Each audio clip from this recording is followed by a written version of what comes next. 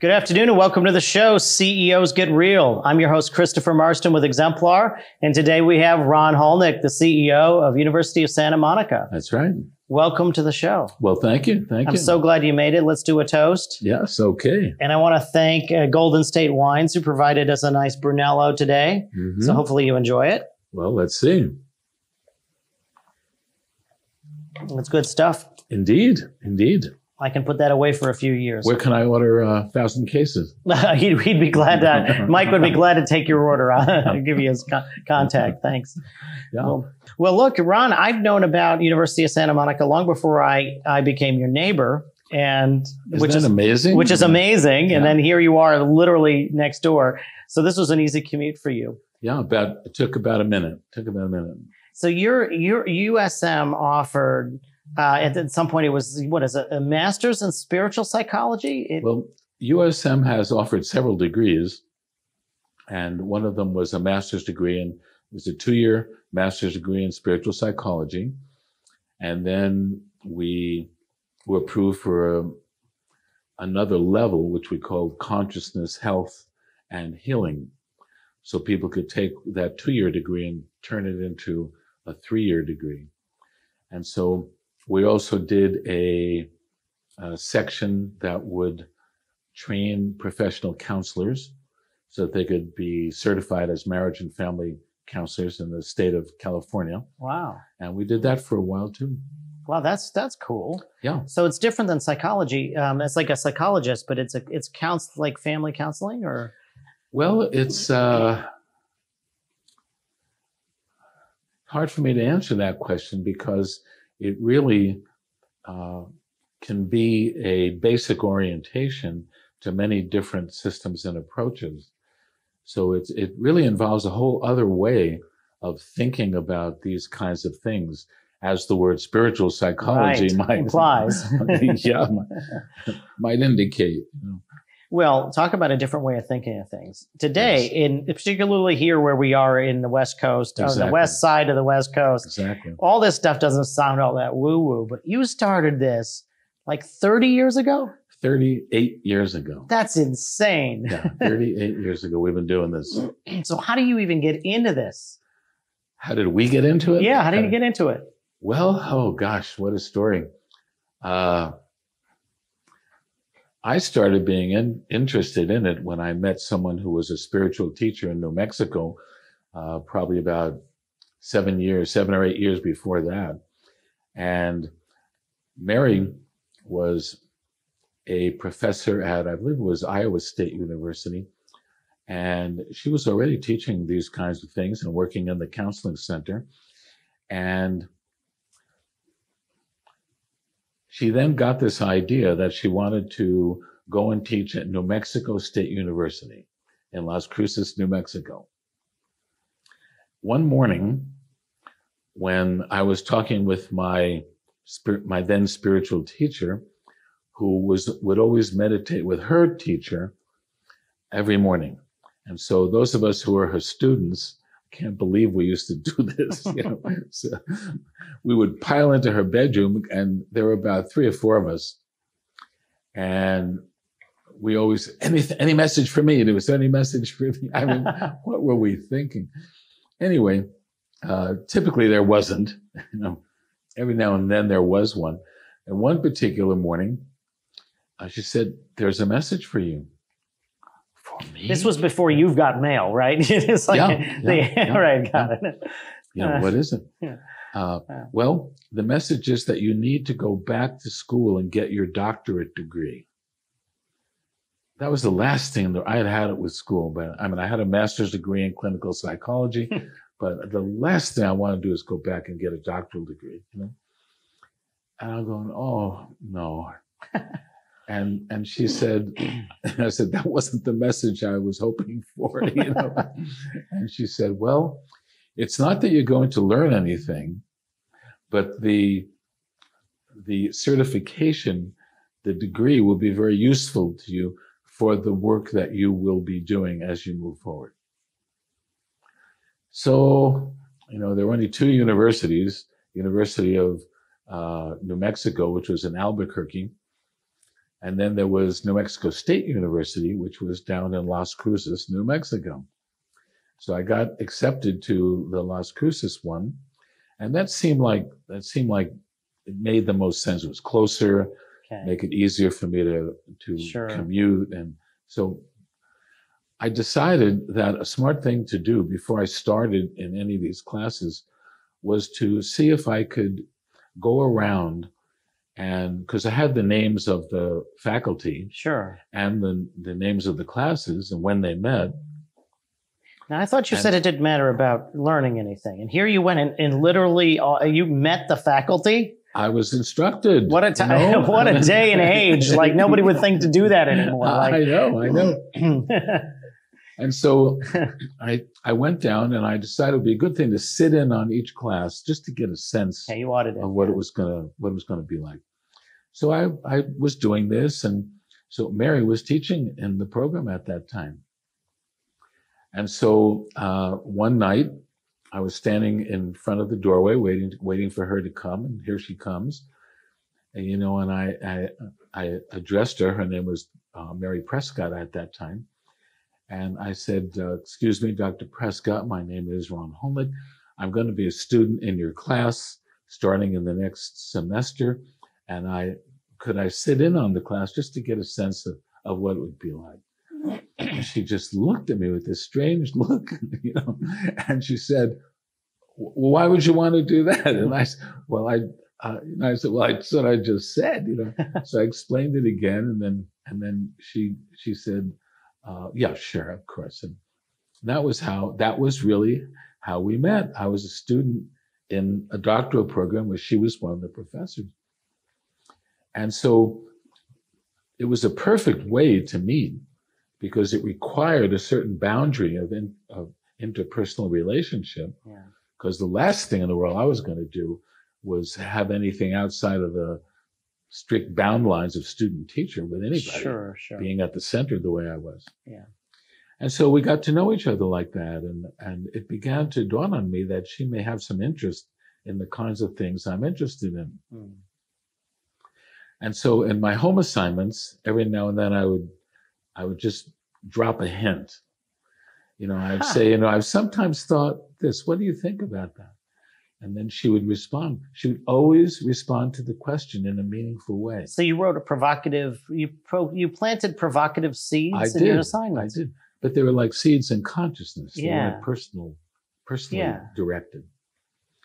And so we went on like this for like 3 years. She was married at the time. No, and I wasn't going. Well, the audience doesn't know how the story ends. They don't know that Mary Prescott is a Mary. Mary Prescott, my current wife. Yes, exactly. Right. And the co-director of the University of San Diego. It adds some meaning to the story because of why you were being so careful about the boundaries. And so at the end of 3 years, I got my degree, and they invited me to become what they call a visiting assistant professor in the program if I wanted to, because they liked the things I had to say. And I agreed. I was still with the center in Alamogordo. It was a little ways north. And so I said, great. I signed up. Well, they just happened to put my office right next to Mary's office. Just happened. So now we became colleagues, and we were in that relationship for a while. We would talk about all these kinds of things. And then slowly, Mary's relationship started to be complete. And do they have the word conscious decoupling back then? Did they what? Have the word conscious decoupling back then? No, they didn't. Because they call it nowadays. No, it was a very easy thing. They really weren't that compatible. And so Mary got 2 telephone calls on the same day, because the divorce was dragging for a long period of time. And it wasn't a big deal. Nobody was that anxious about it. So she gets 2 calls within 10 minutes on the same day. The first call is from the lawyer. Says, well, today is the day. The papers are all in. Just come sign them. you're a free woman.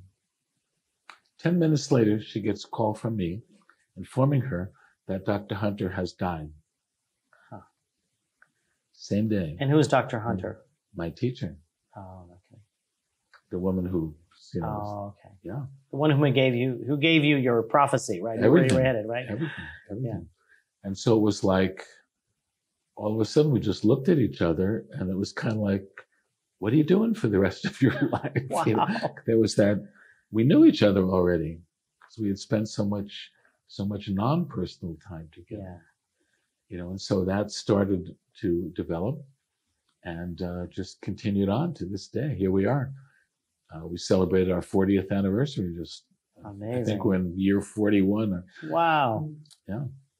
That's beautiful. Well, you were a sweet so, couple from what I know. Yeah, So it's and so we literally are in the very unique position where we have the same kind of an orientation toward what we're doing, that we both believe in it totally, and that we both have skill sets that are similar. How do you describe today what that orientation is? If you had to like put it in a box and say, in today's world, like what is that?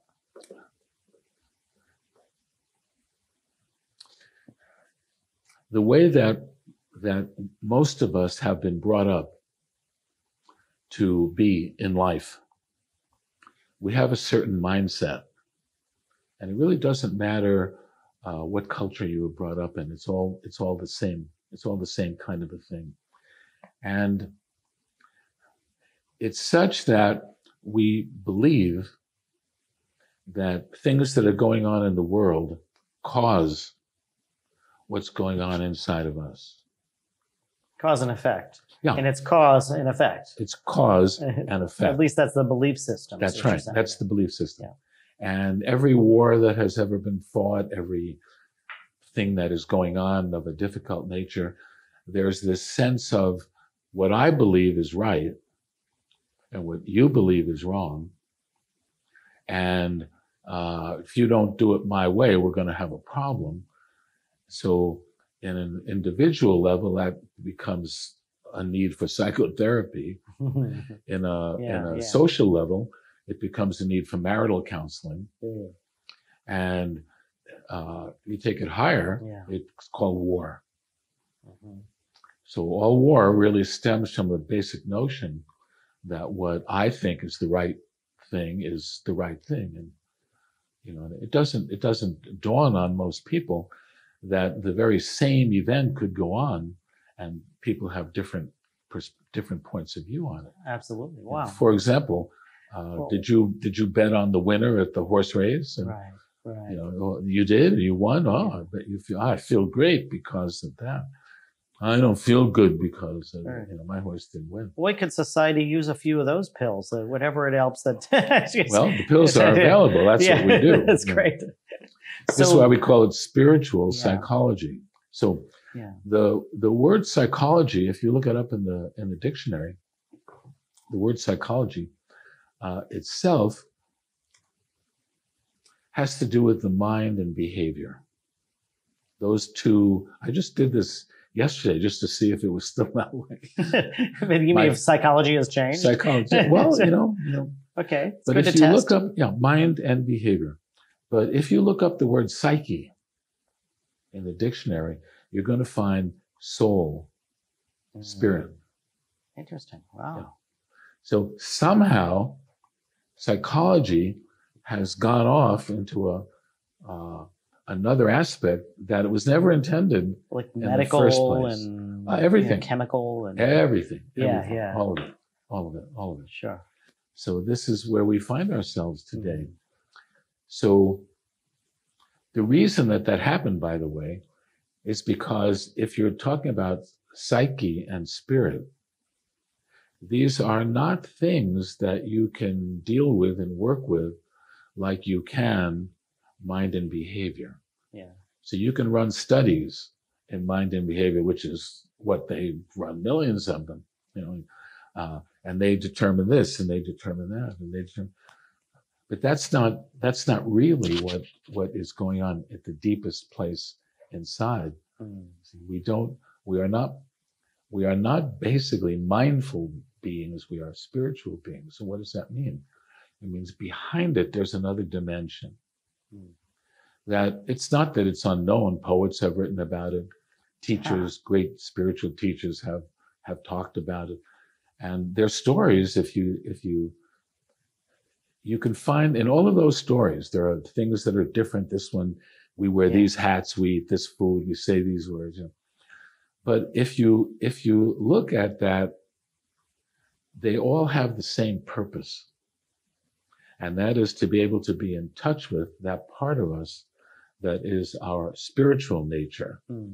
But because most people don't even believe in it or think that such a thing exists, it is very hard for them to get in touch with it. Fascinating. Is that where we've sort of like settled for mindfulness? And like that's as far as... That's as far as we've gone. Yeah. We've gone and even that's considered progressive in many circles, right? Yeah, it's even that is way out there. That's way out there, in many circles. But that level, see, in spiritual teaching, there are different levels of consciousness, and you go up through the levels. So we're all here on the physical level. That's like ground zero, and then there's a psychic level, imagination, things of that nature. Then there's an emotional level. We all have feelings. And then there's a mental level. We all have a mind. Then there's another level called the etheric level, which is, I forget the other name for it. And then you break through that into the level of the soul, or the spiritual level, and real spiritual teachers are talking to us from that level. But most of us are not. See, the way that we understand this, Earth is a school, and we're here to learn. Yeah. So if I go, you did something wrong to me, and you're wrong, and I'm going to get you for that, or whatever, you have already lost the game. Sure. See, if you because you assume you're the teacher instead of the student. See, if you understand this game, as soon as you say you're wrong, you realize you are wrong, because that's the experience you're having. Yeah. So whenever I make anybody wrong about anything, I'm the one that's having the wrong-making experience. Yeah. So there was a great psychiatrist who died just about, I guess, 5 years ago. I was very sorry to see him go. David Hawkins. I know you've heard of him. And David Hawkins was very clear about this. And anybody really wanting to understand this, go get some of David Hawkins' work. Oh, yeah. So great. And he made it very, very, very clear. The psychologist who was the clearest at that was a guy named Abraham Maslow. He had what he called a hierarchy of needs. Of course. And down at the lowest level, and low doesn't mean bad, it means early in the evolutionary cycle. So shelter, down at food that and level shelter are all of the people who are dealing with basic needs. And then when you get into the next level, you're dealing with security needs. And you go up about 4 or 5 levels, and at the top is what he called he didn't call it self-actualization. Oh, it's self-actualization. Self-actualization. And it's the distribution goes like this. Yes. So you have the greatest number of people on the planet at the lower levels, not bad, early. Early. Right. And then we work our way up through it. And so those are, and then I want to come back to it, to the story and the progression to USM, but is this a you can't pass go thing? Like you've got to get over at least the general understanding is you got to get over the first level of needs before you can reach the next, because you can't. Now that doesn't mean there aren't certain teachers who are planted into those levels, and they have both. They're working they're working in that one, but they have the awareness of that. They wouldn't have to do that if they didn't want to. Well, I have some millennial friends that spend so much time being more whole. Yeah. That they don't pay their bills too. So it's a really interesting time in the world right now. Yeah. See, and we find that these are the people, the ones who are interested in going on. What happens when you go up, I think, is a very good question. There's monks, right? There's monks, right? Yeah, sure. there's lots of people that are in this. The higher you go, the less attached you are to what's going on here. To material things, too. To material things. Yeah, and that's right. So USM is really a place for people who are interested in that rather than in material success. Right. It's not that they're not interested in material success. It's just not their primary interest. Well, I know some of your students, and they happen to have already achieved a decent amount of material success. Yes, they have. Many of them have. Yeah. Yeah. And so they have the privilege of being able to be students of the higher levels, right? Yeah, that's right. Yeah. And when you start to learn this, there were certain rules or principles that seem to apply when you're dealing with this kind of thing. And one of the rules is how you relate to whatever's going on in your life is the issue, is the real issue, not what's going on in your life. I know what you mean, but let me, we almost need to cover this and get real, but this is deep shit. This is really deep shit. I think about in relationships, every time something happens, I don't try to think about the thing that happens. I try to think about what catalytic event is, what's the principle here? Like, what are we dealing with? Yeah. Because every time we deal with a principle, you just knock a bunch of dominoes down. You do. But still, even if you deal with the principle, if you say that caused this feeling I'm having, then you're still not taking responsibility for the feeling you're having. You're blaming it on some outside thing. Sure. You're saying that the ping pong game, you got to expect you got to ascend beyond the ping pong game. Because ultimately everybody's in the sort of ping pong game of cause effect. And you could sort of take it downstream. If you didn't say this, I wouldn't react this way. But she said this because I gave her a look. That's right. Or, and blah, blah, blah. And that can never end, right? That's right. Hypothetically. And so we say how you relate to an issue is the real issue.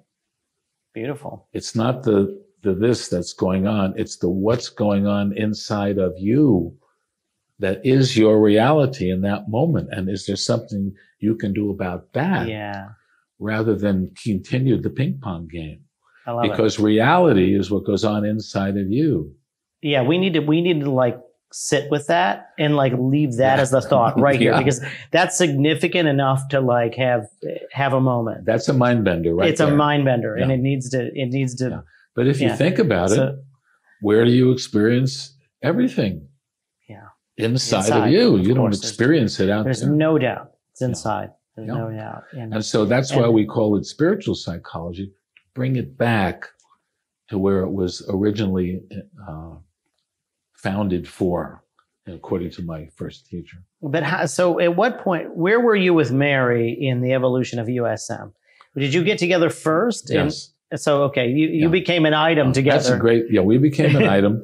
And then what happened, when we announced to the university that we're planning on getting married, that became a problem. Oh, conflicts. Yeah, well, Because this was at the time when they started wanting to have more women in higher positions. So they had already tagged Mary for a promotion to become the chairman of the counseling and education. That would have made her your boss. That would have made her my boss, and that's unacceptable, or at least it was back then. So they offered me a research position, or they offered me a position in the counseling center. But we wanted to work together. That was one of the. We loved talking about all this stuff, and we just had ideas for workshops and things, and so what were we going to do? So Mary said, well, we're not going to work together if I take this position, so I'm going to resign. Wow. That was huge. Wow. That was huge. I mean, we both had some private practice at the time, and I certainly wasn't going to take my position if she's not working there. And so we just announced it. Well, they didn't like that one little bit. In fact, they offered they said, look, why don't you think about it? Why don't you take a 6-month leave? And she said, well, no, it's very clear. Wow. And so that's how we really... It was a loss to them, for sure, in a big way. But Ron, doesn't that redefine... I mean, a lot of partners have trouble working with each other.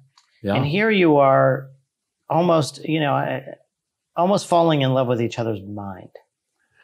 Right? Well, it's sort of you redefine love in a way, because there was just something that you just knew you needed to work together. It seems like it was so natural. Well, see, this is where one of the big ahas come in.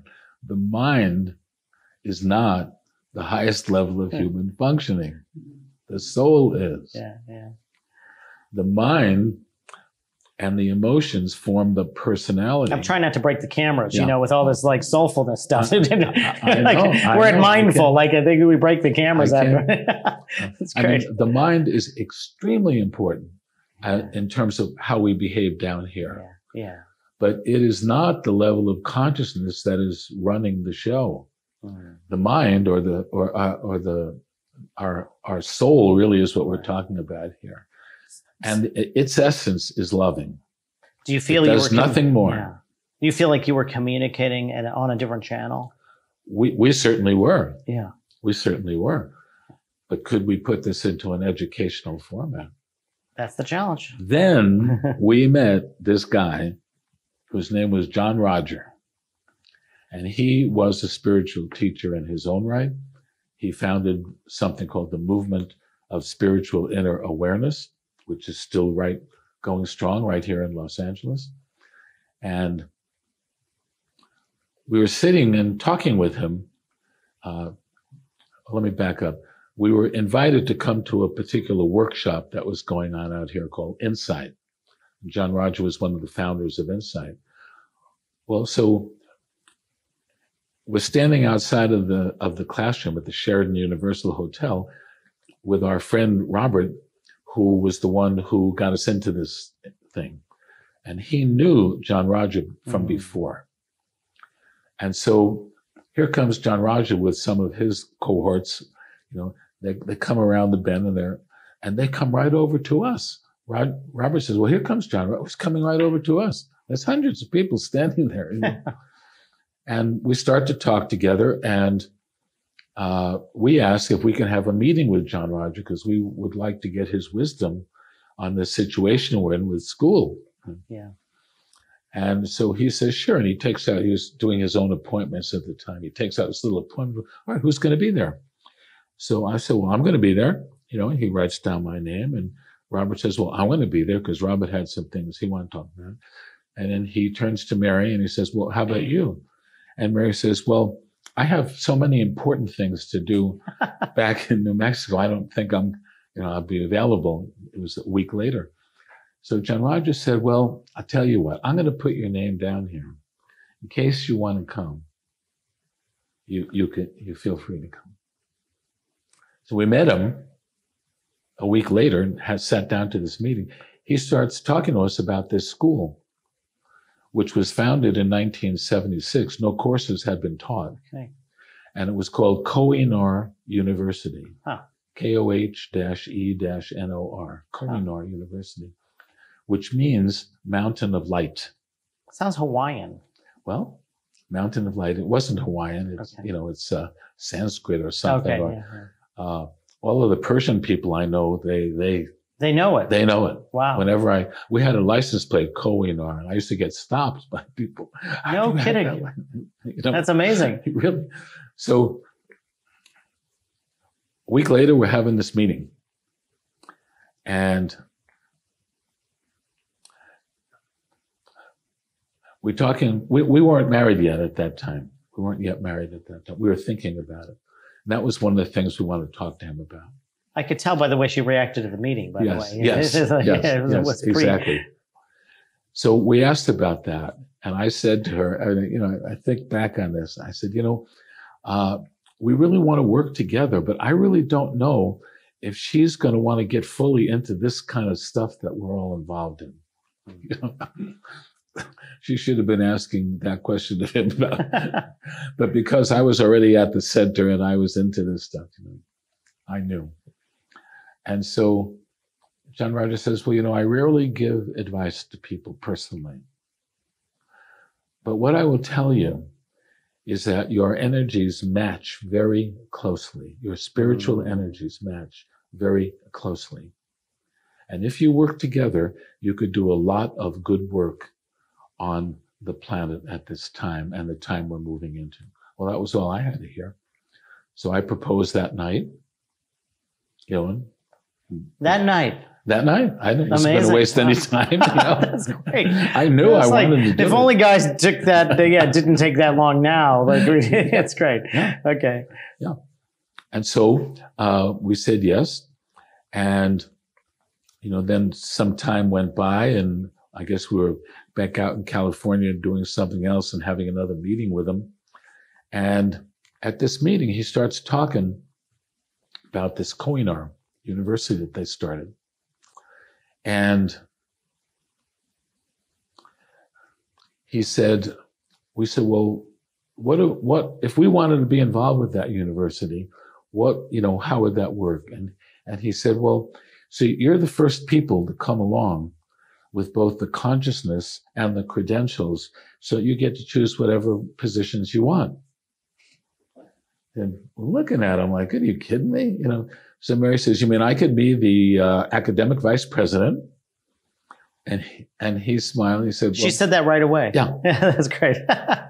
He smiled and said, well, see, you're the first people to come along with the credentials. You get to do what you want. You want to be academic vice president? Be academic vice president.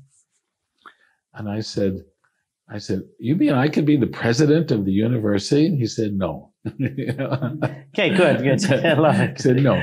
That's the boundary there. He said, I have to retain that title until I know that you can fulfill that position. But you could start out being the administrative vice president, and then you and Mary would be together, and you report to me, and we would have meetings whenever you wanted them, and have email messages. Email was just starting to get strong at that time. And we said, wow, that's really something. And, this is something we're going to have to talk about, And so that night we went home back to New Mexico. We flew back to New Mexico. And of course, this was the only thing we could talk about. And we went to bed. Next morning, Mary is out walking in our backyard. We lived in a small town. It was very quiet. Tularosa, New Mexico, city of roses. And she's out there like at 5 o'clock in the morning with our two dogs. And I go and said, what are you doing out here so early? She said, I think we're supposed to do that university. And I look at her like, what? She says, I think we're supposed to do the university. So we're talking some more. Well, let's call John Roger back and see if we can go back out there again and talk about this all some more and see what this is really all about. So when it got to be 8 o'clock in the morning in California, we immediately called back, got a secretary. We tell her we'd like to come back and talk with him. She said, well, I'll ask him as soon as I can get him on the phone. Within an hour, she calls back. He said, that will be fine. Come ahead. The next day, we're literally flying out there. And we said to him, is this the 80s? This is, let's see, the university, we started first classes, I think in 82 or 83. No kidding. Wow. Yeah. So we fly back out there and we say, you know what? We think we'd like to do this. He said, great. So the first thing we have to do is we had to start writing him memos because we had no authority. Yeah. And asking him yes, no questions. And the yes became the authority by which we could then move forward and talk to people in the organization. Huh. So that's where we started. Wild. And so we went out there, we sold all our belongings, we let go of we had 2 dogs and 2 cats. Hardest thing we ever did was rehome them. And we started. Wow. And then just to give you a sense of what he was like. Sure. It took us about a year to get going and to get and to register with the state and do all of this, and it takes 2 years, or it did at that time here. See, originally you get an okay to just start, to get authorization to just start. That doesn't mean anything. It's not accreditation. No, it's just getting operational. Now, in California, they had another step in between called approval. And they had this because you could go for accreditation if you wanted, but that could take 3, years, 4, 5 years. Yeah, that's right. So they had a 2-year program. Yeah. That if you were really on it, and you were deemed worthy, then you would get state approval. State approval functionally did exactly the same thing as what regional accreditation did. You had all the same kinds of courses you could give and all of that. So that was a big deal. So the state sent, we had arranged, the state sent a guy, this is what he did, and he brought 4 other guys with him, 4 volunteers who were heads of approved universities to do the evaluation. This went on for 3 days. I mean, those guys were really thorough, I must say. We come to the end. We're meeting with him. He says, well, this is really interesting. This has never happened before. What? The team is tied. 2 are voting for, 2 are voting against. I said, well, what seems to be the issue? He said, well, the issue is this John Roger guy. See, he is the president of the school, but he is also the president of a sectarian university, a spiritual university. Yeah. And that's a church and state issue. And so he said, I like what you're doing. I think we can get around it. And I said, well, wait a minute. Before you go that route, John Roger's here in the building, because he knew we were having this meeting and he wanted to be available. I said, how about we go talk to him and we'll see what he has to say. Okay. Off we went to talk to John Roger. We tell John Roger what the situation is. He just sits there looking at us. He didn't say a word. He picked up his phone, called his assistant, his secretary, and dictated his letter of resignation as president of Koh-i-Noor University. Wild. Just wild. Put down the phone. And he turned to us, he said, that should do it. And then he said, and you're going to receive about 7 other letters of the same nature, resignation letters, from your entire board of directors. Yours to choose. You make your own board. You choose your own board. I will continue to be an advisor for you. I'm available anytime you want. You will not receive any feedback from me unless I perceive you need it. If you've ever had a dream to start a university and do it the way you always wished, here you are. Well, that's kind of heady stuff. Yeah, that's deep shit too. Yeah. I mean, I always thought that when you're living your purpose, and maybe that's a oversimplified way to put it, that the universe or God or however you would put it parts the seas to make it happen. Well, this would certainly be an example. Sure would be. Yeah. This would be an example. Yeah. And so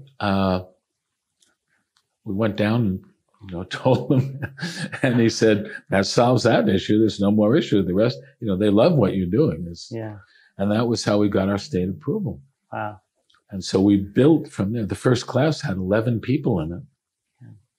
At the height of it, how big was it? Oh, at the height of it, I think our largest starting class was 275. Wow. Yeah. I mean, it was based in Santa Monica in a physical school. It's the building is still there on Wilshire Boulevard. Yeah. Yeah. Not to fast forward into it, but we're in a COVID economy now, and that's completely transformed. That's right. and you and everyone in education, universities and schools have had to adapt. How have you done it? Well, see, for us, it was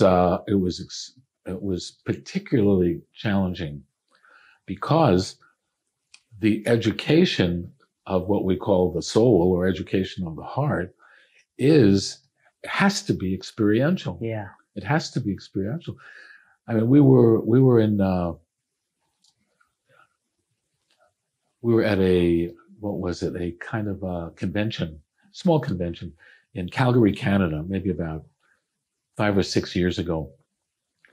And the guy putting it on was a very wealthy Canadian guy who was going to put it on at, I forget the name of the stadium, but he was a part owner in the Calgary hockey team.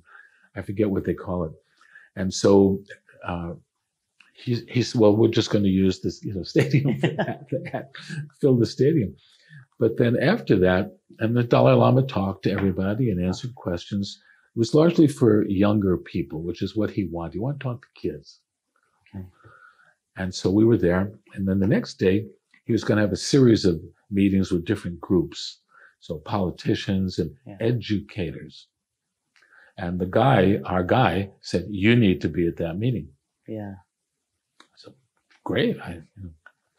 So we're sitting in one of these configurations where he's at a table up front of the room with his interpreter in case he needed it. And then there were a table, 6 tables. So about 20 people. And these were all either provosts or presidents of Canadian universities. You get to ask Q&A with the Dalai Lama. Yeah, wow. For some reason, I was having the worst cold that day, or flu, or whatever you want. I would have rather been dead than be in that room. I mean, but how can you not go? Yeah, when the Dalai Lama's participate there, with the Dalai Lama. But I certainly wasn't going to be asking any questions. About 45 minutes into the meeting, which was an hour, the guy brings me the microphone. And I'm going, but I didn't ask for the microphone. He's insistent. He's doing this. So I look around the room, and our guy, I could tell he told the microphone guy, go give the microphone to that guy. Yeah. So I take the microphone and I start talking to him all about experiential education like we do at the university. And I start out, I'm the only person here, we're the only people here representing American universities. Everyone else is Canadian, so thank you very much, And I started telling him all about what we do and how we do it, and experiential education. And it's the difference between knowing about and knowing by doing. Because I had to ask a question. Yeah, of course. Right. I said, what do you think about this, about what I'm saying? Well, almost immediately he said, I agree. And then he said the most amazing thing that I will never forget in my entire life. He turned to the group. He said, I am learning from this man. You should all learn from this man.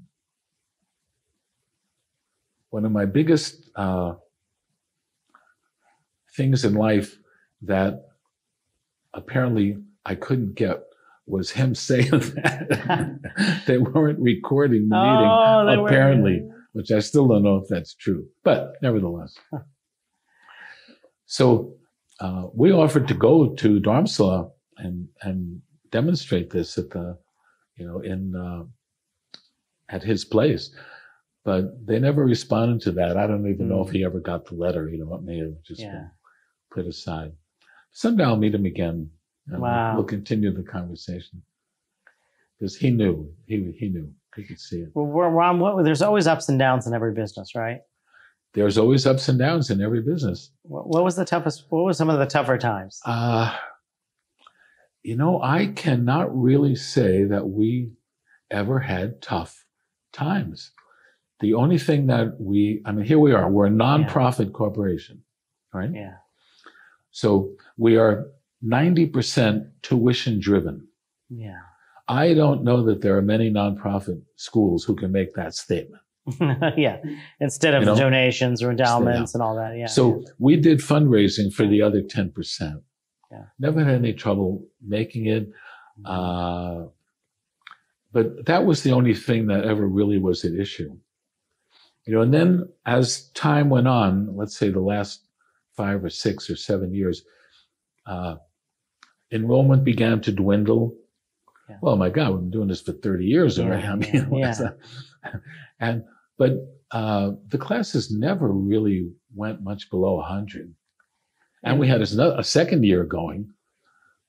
What do you attribute that to? Because the market got bigger, right? I mean, people became more awakened, and the economy, and is it just more competition because you have other groups that are sort of there were a lot of other groups coming forward, right? So it made it more difficult for people to be able to distinguish. Yeah.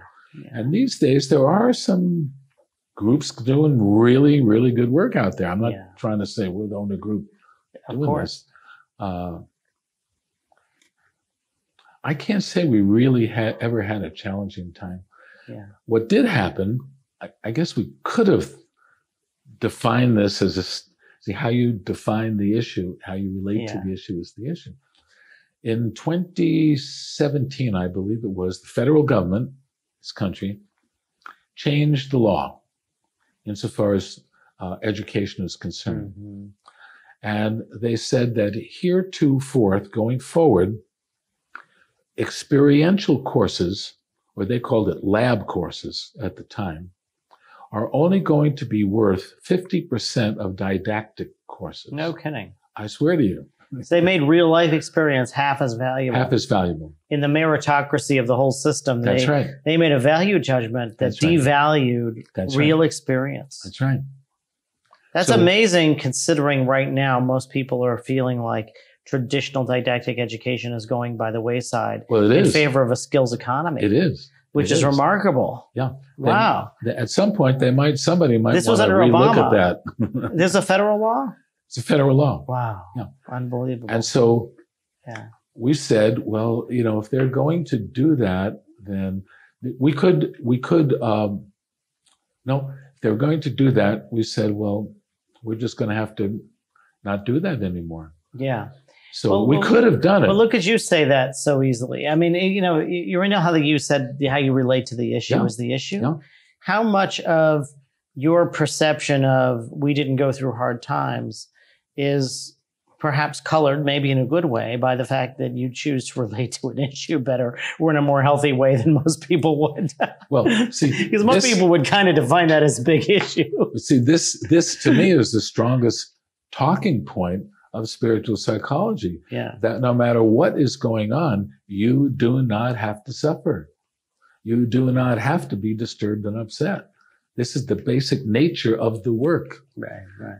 That we say a more accurate perspective, rather than saying, I am upset and it's because of this, or it's because of this, or it's because my wife or husband did this, or my children did this. Those are all victim positions. Yeah, they are. They're all victim positions. I am at the effect of that. So we say that is not a very effective way to live your life. What's more effective? How you relate to the issue is the deeper issue. Is there a way that you can let go of the suffering inside and still deal with whatever it is that's going on out there? Mm-hmm. See, and that's where this really starts to come in. So how do we do that? When you do, anytime you do, I am upset because of whatever, you have formulated in your mind a judgment. You are judging those people or that situation or that as without wrong understanding, clearly before understanding. Yeah. Right. Clearly before It's prejudgment. It's prejudgment is what it is. Which is prejudice. Yeah. Now, David Hawkins, we come back there for a second. David Hawkins said, I want to get it just exactly right. You get it exactly right, and then we're going to get exactly real after this, because we're going to turn this into experiential learning. We'll do it. So David Hawkins said that perception is edited observation. So we all look out at the world, we observe, Huh. and then we make a choice. That's called perception. Okay. We choose how we are going to hold that in our ego. I think I know what you're saying. But isn't that the sort of rose-colored glasses or red-colored lenses or colored lenses for that matter? And it is essentially No, it isn't No. filtered observation. they're filtered observations. Yeah. That is what people Right. call reality. Well, that's what I mean. Everybody's looking through a colored lens, meaning Yeah. they are observing, but they're also seeing what they see through a filter. Right. But see, it's not the same thing. They are not observing anymore. They are perceiving. Perception is edited observation. Got it. Who does the editing? The The subconscious. The Okay. ego. Yeah. The ego. The personality, the one who thinks they know everything, the educated one. Mm-hmm. And so that's what we deal with. So we do, I'm upset because, and it's your fault. Mm-hmm. And if you don't believe me, I'm going to do this or that to you. And if I happen to be a leader of a country, I'm going to send some missiles over that way. Oh, now we're getting all practical and stuff. Yeah. Well, let's get real about it. Well, let me finish how the Finish story. Finish that. So what is that process? What is that called? Well, it's called judgment. We enter into judgment. I mean, if you want to, if one wants to go into the Bible, the first thing is judge not, lest ye be judged. That's inaccurate. It should be judge not, or you're going to be judged. Yeah, that's because the instant you enter into judgment, you're in it. It doesn't matter what it is. You're in it now. Yeah. And so, oh my God, what do I do about that? Well, there's a skill, and this is the most important skill that people learn, is a skill that's called forgiveness. Yeah. You forgive judgments, but not the way most people think of it. Most people think, well, okay, I forgive you for being the bastard that you are. Yeah, that's right. Exactly. They forgive. That's not real forgiveness. That just reaffirmed their judgment in the first place. All that did. It just deepens it. Yeah, just deepens real it. Forgiveness is, I forgive myself for issuing the judgment in the first place. Yeah. And that is the core of the whole thing. That's what we teach people. We teach people how to convert their judgments into statements that can be forgiven. This is not easy work because we have spent a lifetime or more building these judgments. Mm-hmm. And psychologists say it's the way you were brought up. And that's why so much of psychology goes back into, and from a spiritual perspective, it has nothing to do with your parents. You chose those parents because they were the classroom that you chose because they were experts in that area that you need to learn. When I tell this to parents in class, I tell them, you can be relieved. You're not responsible for how your kids turn out. That's what they came here to learn. So the only way we grow, we don't grow by getting positive things. We grow by letting go of the negative. And then that which has been there all along gets stronger.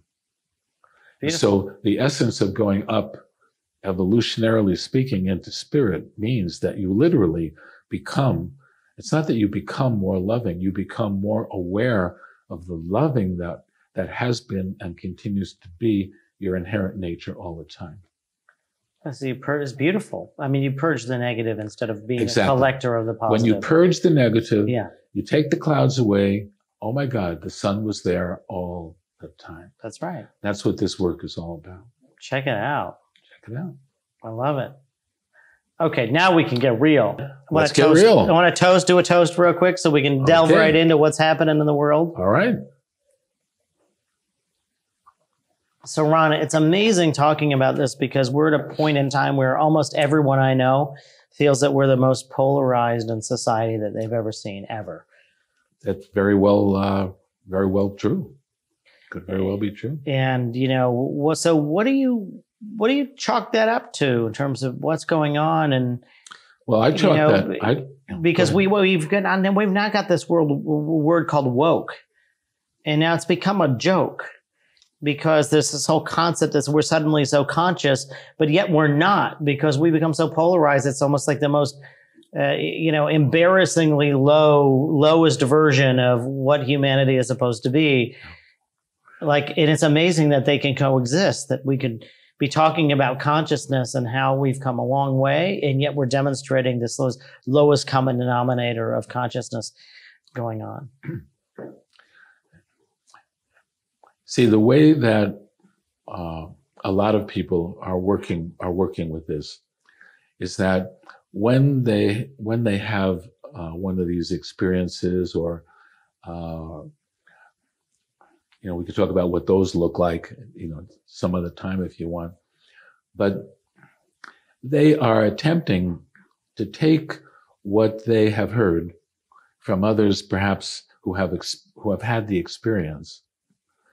But since they have not, they can't talk about it experientially. The only way they can talk about it is cognitively.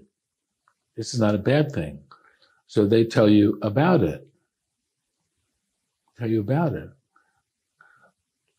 So if I wanted to talk to someone I would say, well, could you share with me some of the experiences that you've had that lead you to make those statements? Because people who have truly had spiritual experiences know that they have had it, and they can describe it to you. Mm. People who don't can just, some people try to make it. So it sounds to me like I'm going to paraphrase this though, because I almost want to bring the deep shit down to a level that almost anybody can understand. And I know that's hard to do, but I'm going to try. Isn't that kind of like saying that there's a huge segment of the woke culture that's not woke at all? Yes. The vast majority. That itself is a remarkable statement, isn't it? Well, but see, if you remember Maslow's hierarchy of needs, the bulk of the population is always at the bottom. But Maslow's hierarchy has been around for a while. Yeah. So we're at a point, though, where the self-perception is that much more of society is woke than really is. And we can't say that about where the society was 20 years ago. No. See, the way that I look at this, this time has been foretold. This time has been foretold. If you go into the Eastern philosophies, you'll find, and we've talked about this a little bit, this whole thing about yugas, which are 2,000-year periods where different things are happening of a spiritual nature, and that it cycles around on itself, not at the same level. It goes upward. It spirals. So the spiral dynamics concept. Yeah. Spiral dynamics talks about that. And so we're at a place where we're right at the end. In fact, 2025 is the way it's talked about, of a 25,000 year cycle. Right. That's huge. Well, so the 2000 year would be the equivalent of almost like almost like we think about astrology. There's a cycle, there's a new sign. But this yuga concept is that when you cycle through all of the signs back through, it's the equivalent of that. That's right. Yeah. So it's significant in terms of I can't think of a bigger time of change. And to me, this is what we're going through. And, who knows how long it's going to last for. But you were telling me was it you that was telling me that is a more feminine than masculine? Was there something to that in terms of the transition from a masculine to a feminine more? No, that doesn't have anything to do. No, the spiritual energy isn't masculine or feminine. It's just energy. Yeah. See, it's how I like to do in class. Masculine energy is this. And I go like that. This is masculine energy. Feminine energy is everything else that this is going into. Because it's receptive. Yeah. See, and to me, the thing that we're all striving for Because I used to think that, well, you mean energy doesn't have a penis? I mean, like it's amazing, right? I mean, why, half a penis. It makes me laugh about why we even called it masculine energy to begin with. But when you think about it, it's just energy. Who knows? It's just. So then, what is toxic masculinity? That's a whole deeper topic. Well, that's where we start to see if masculine energy is this, right? Then we have to get into, well, what is the this that they're bringing forward?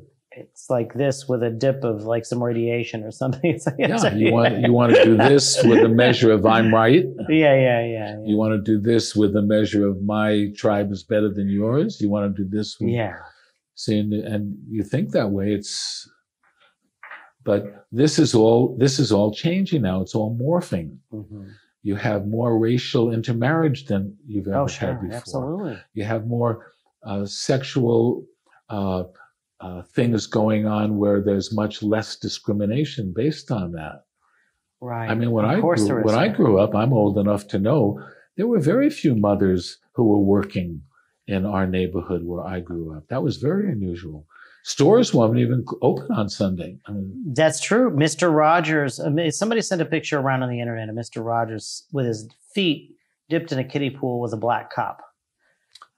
If you remember that time, I didn't even remember it didn't hit because at that time I wasn't old enough to be aware of it. Yeah. And now I look at it and said, well, what's that all about? They said, well, don't you know that's the time when blacks couldn't be in the same pool as whites? And like that was a big thing to dip their feet in a kiddie pool with them like they had cooties or something. Yeah. And it makes you realize in some ways, I ask on another show, am I white? Because again, my mother's Iraqi Jew and they came here, and then my dad's, a quarter Cherokee. So the answer to that question depends upon whether you are observing or perceiving. Yeah. See, if you are perceiving, can you truly observe? Excuse me? Can you truly observe? Oh, sure. Here we are having this meeting. I'm observing that. If I wanted to move it into perception, I would say it's a very positive meaning, or it's a very negative meaning, or I like the guy, or I don't like the guy. Yeah. See, and David Hawkins said that shift goes on in a fraction of a second. We don't know that it's going on. But see, if you think about what you were just saying, with the pools and with all the rest of it, that was, back in the 40s, 30s, that was still going on. So let's see, that's about 70, 80 years that we've been coming out through that.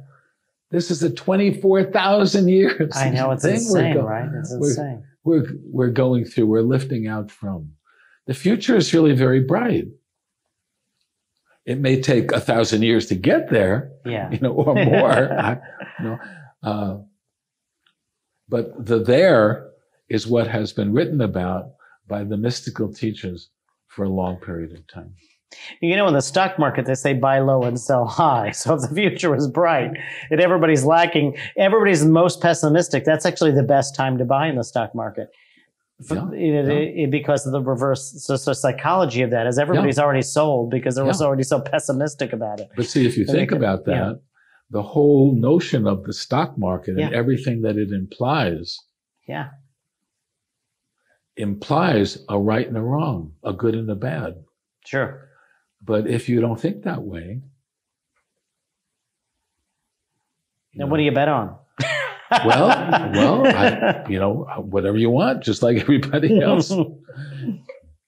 It's just that you might not care as much about the way it comes out. And if you don't, you might not enter into certain behaviors because they don't matter, which is why people go and live in monasteries. Right. Well, when you say care, you don't mean care as an apathy. You mean care as in they don't get agita about it. That's right. That's right. See, if you truly know that your essence is loving, and will always be, what is there to get upset about? What is there to get upset about? I love that. Right. No matter what's going on. No matter what's going on, right. It's not worth getting upset about. Because if I get upset about it, it's going to take me out of this consciousness. Yeah. That would be a catastrophe. Yeah.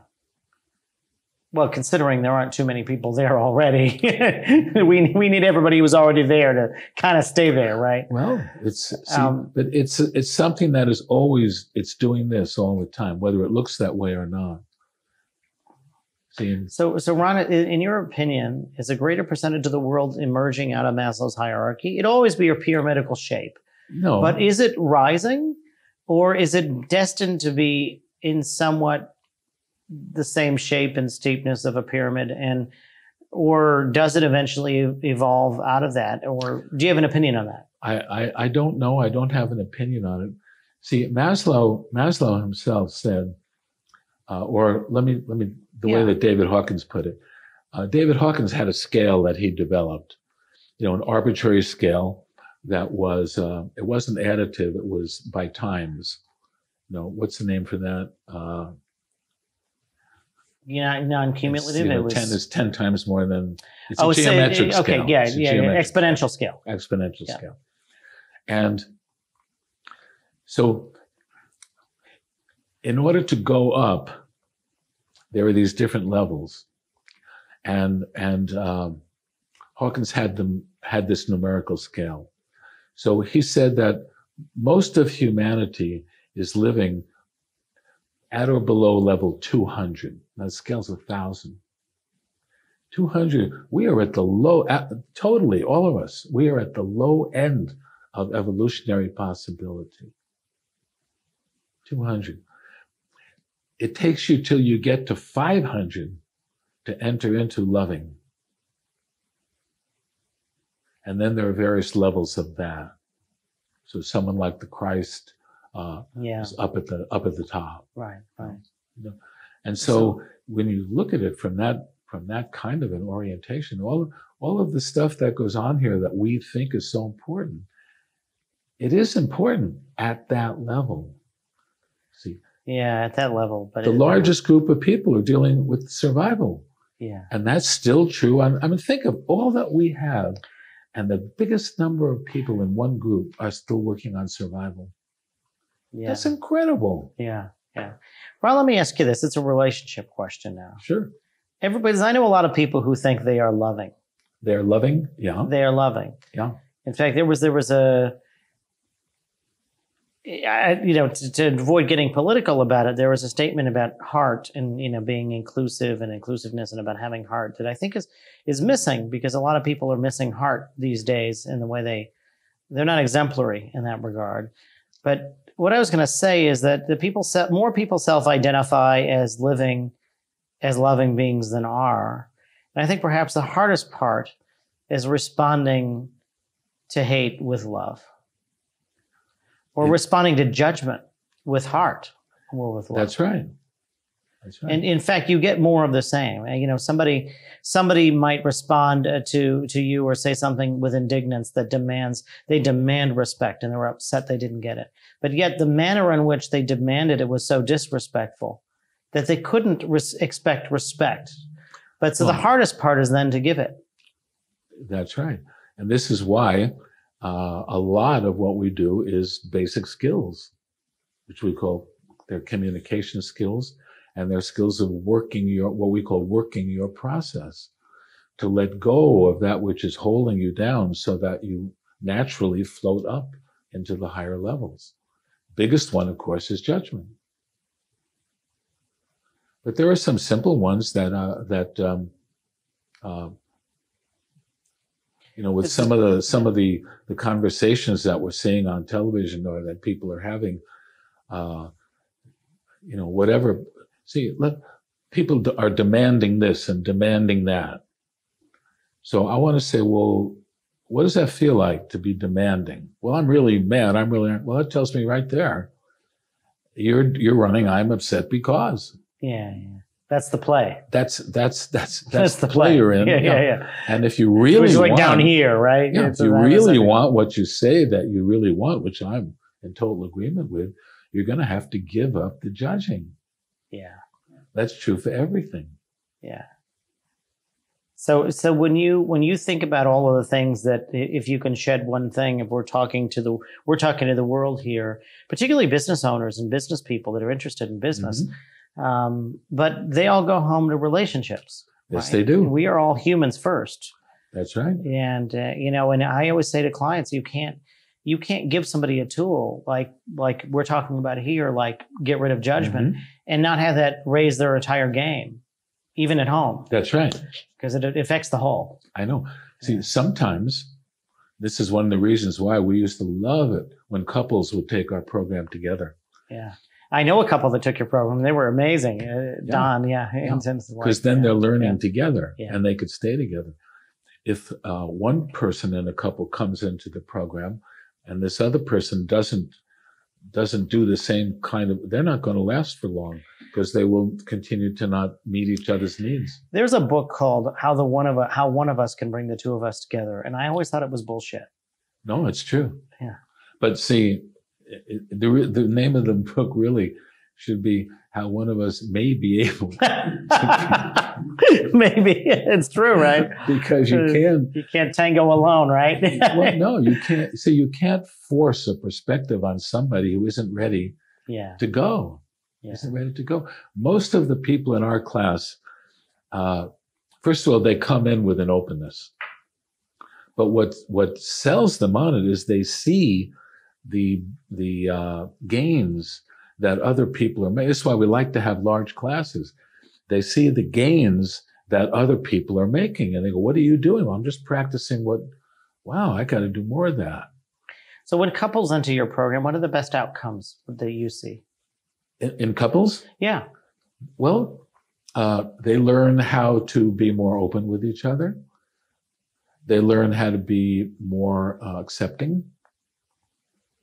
A huge one is they learn how to be more compassionate, make allowance for the other person's learning.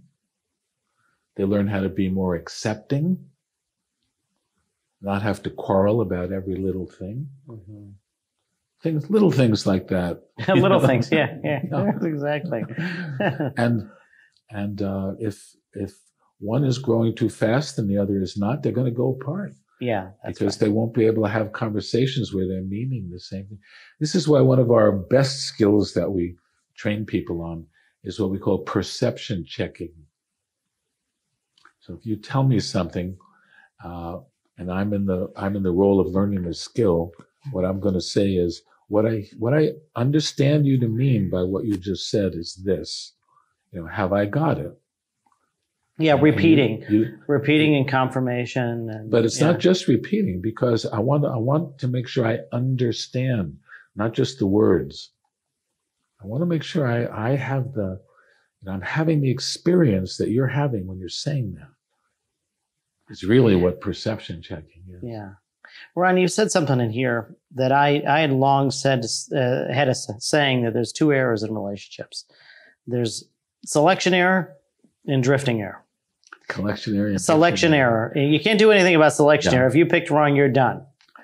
But drifting error, there's a saying, I always felt like we're boats that drift. We're kind of like out there. Yeah. And I had a vision in my mind that you're both in a boat. You're each in a different boat, and you have to have a heart-shaped anchor in each of each other's boat. Your heart in theirs and theirs in yours, because you drift. And if you drift by 1 degree over many years, you'll be miles apart. Yeah, that's accurate. The first thing, the first one you said, selection error. I'm not sure about that one, because see, if we're choosing from a spiritual orientation, we're going to always choose the person that we're going to learn from.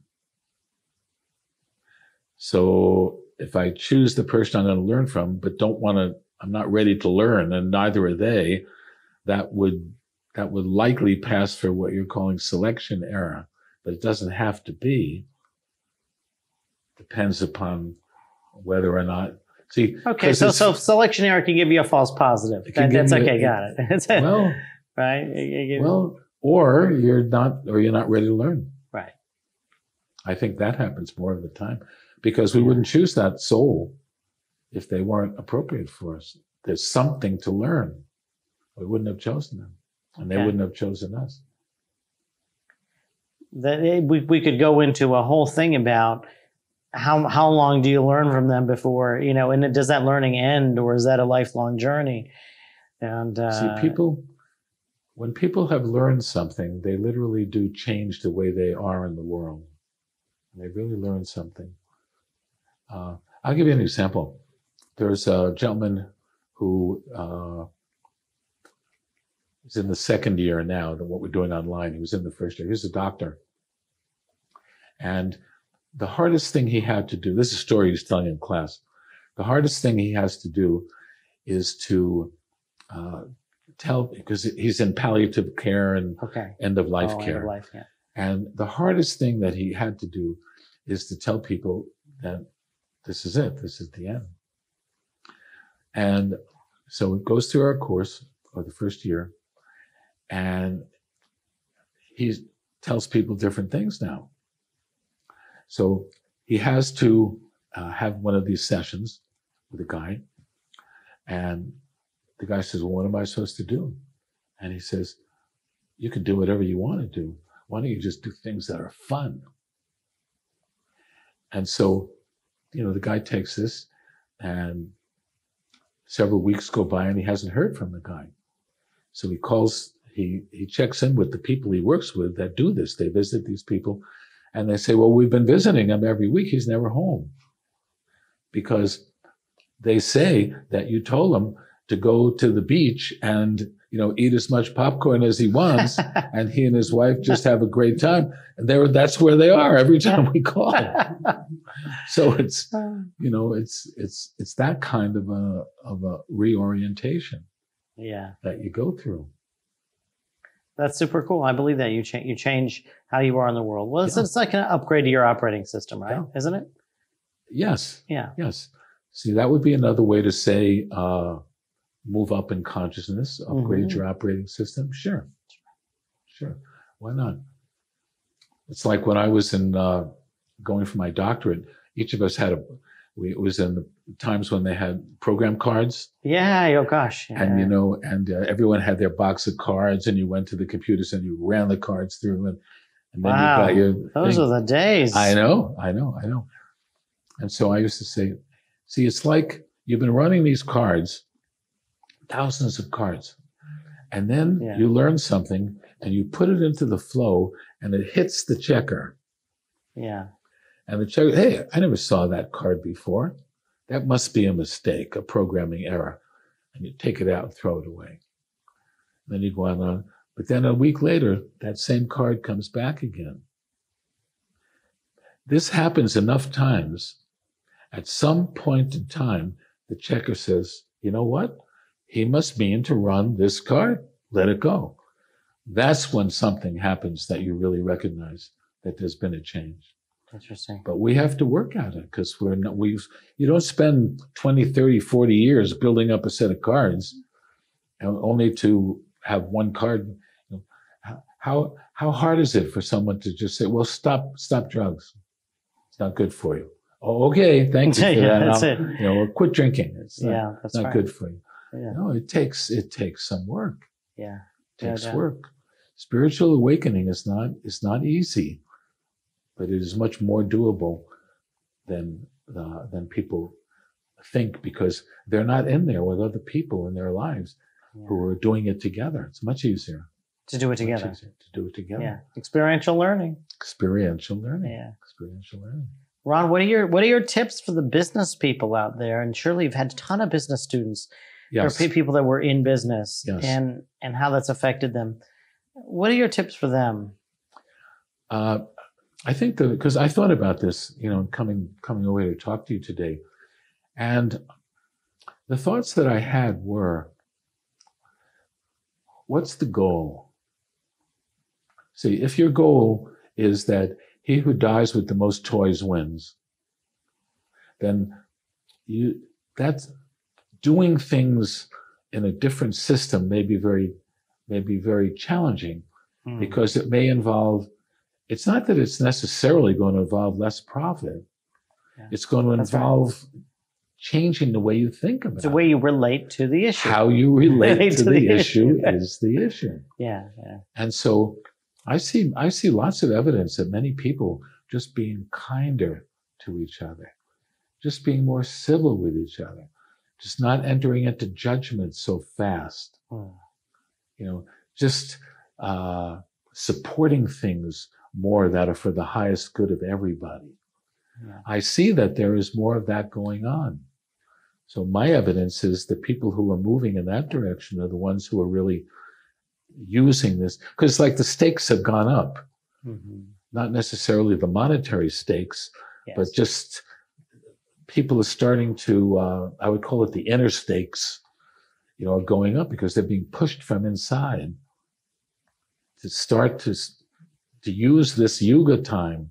Their own soul is like saying, we're coming to the end of this yuga. Come on, we got work to do here. We don't want to wait another 24,000 years before this one comes around again. So you think that people are being smoked out of their comfort zones, and that's forcing them sort of up a consciousness scale, or like what's going on? It's not that they're being smoked out. It's that there's an inner sense of we need to get going here. Things that we need to make certain things more important than what we have before. I don't need 20 button-down suits of I don't need that anymore. Sure. But maybe I have that many, and I know some people who could use 10 of them. We just start being more generous, more easygoing, less judgmental. Are you seeing this? Because I think everybody who's probably watching this at this moment in time is probably saying, I see the opposite. I see the most intolerance and bigotry I've ever seen. That's very fine. Yeah. See, I am not in charge of the editing that they do on what they see. Yeah. See, they're totally entitled to interpret it any way that they want. See, and obviously, if just assume for a second that I'm one of the people talking from this place where there are less people. Yes. And most of the people are down here. Why would I expect anything? I mean, this is why they crucified Christ, for God's sake. That's true. Right. This is why they killed all the, I love it. We started with deep shit and we're going to end with deep shit, aren't we? That was amazing, Ron. Yeah. Way to bring that around, right? Yeah. I mean, really, this is the whole, you could say, if I took it into the biggest field I could think of, it's the purpose of evolution to evolve. That's what it's here for. Yeah. Not to drive around in fancy cars or buy coats and things. And I mean, it's that's more like recycling, regurgitation. And I remember a talk that Ram Dass, who was a teacher, was doing to a group of hospice workers. Hospice workers. Wow. And he told them, he said, mentally and physically, you are doing really well with these people. You're doing really well with these people. I got to commend you on that. I said, but spiritually, you're not doing too well. And they all went, what do you mean? Why are you saying that? And he said, because the way you see them as victims.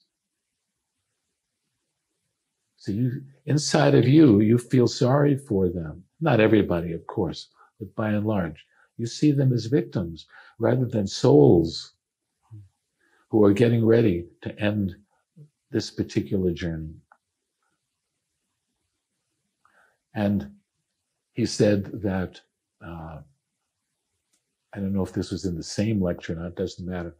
He said, the only emotion that is left in a totally realized being is what he called infinite, unbearable compassion. Infinite, unbearable compassion. The word passion really means suffering. When people say, I got to find my passion, I always go, ooh, gosh. Interesting. Yeah. Isn't there a movie that The Passion of the Christ was in the movie? Yes. And I never really related that word to pain. Yeah. Well, I'm just fascinating. Just anyway, why would that be? Infinite, unbearable. What does that mean? Well, you see all the suffering. People who are empathic can feel other people's suffering. Yeah. But that's not the same as compassion. Compassion says, I feel your suffering, but I am not I am not being with you in it. I am being with you as you go through it, and I support you in that. Yeah. But I in no way feel sorry for you because I don't know your journey. Yeah. And it's unbearable because I feel it and it hurts me like it hurts you. Just, I feel the pain. And it's compassion, C-O-M, company, to be with. Infinite, unbearable compassion. I am willing to be with those who are suffering and yet not take their pain on as if, if I could relieve you of this. Right. No, it's not if I could. You're in it because you're attempting to learn. Yeah. That's what suffering is. Suffering is feedback that we're not learning. Yeah. Amazing. Ron, this is good stuff. I have a feeling we could talk for hours. Well, this is a nice place. We've got some nice wine. Why not? We do. Let's continue. Let's continue a little more after and again and another show. My pleasure. Yeah, Ron, it's been really great knowing you and Mary. Yeah, you two are a special couple. Well, thank you. I will tell her you said that. And I know, like I said, the students I know have gone through USM have nothing but great things to say about it, including couples. Who would have thought we'd be literally next door neighbors? It was unfathomable. I said, you're gonna, I heard from one of your students that I was your next door neighbor. Oh, really? Yeah. And I was like, wow, funny. That's wild. Yeah. So thanks for walking up the hill just a few feet. Yeah. Love to do this again sometime. Yes. And everybody, this is Ron Hulnick, CEO of USM, University of Santa Monica. I'm Christopher Marston, your host. This is CEOs Get Real. Okay. All right. Cheers. Cheers. Let's drink to that. Let's do it.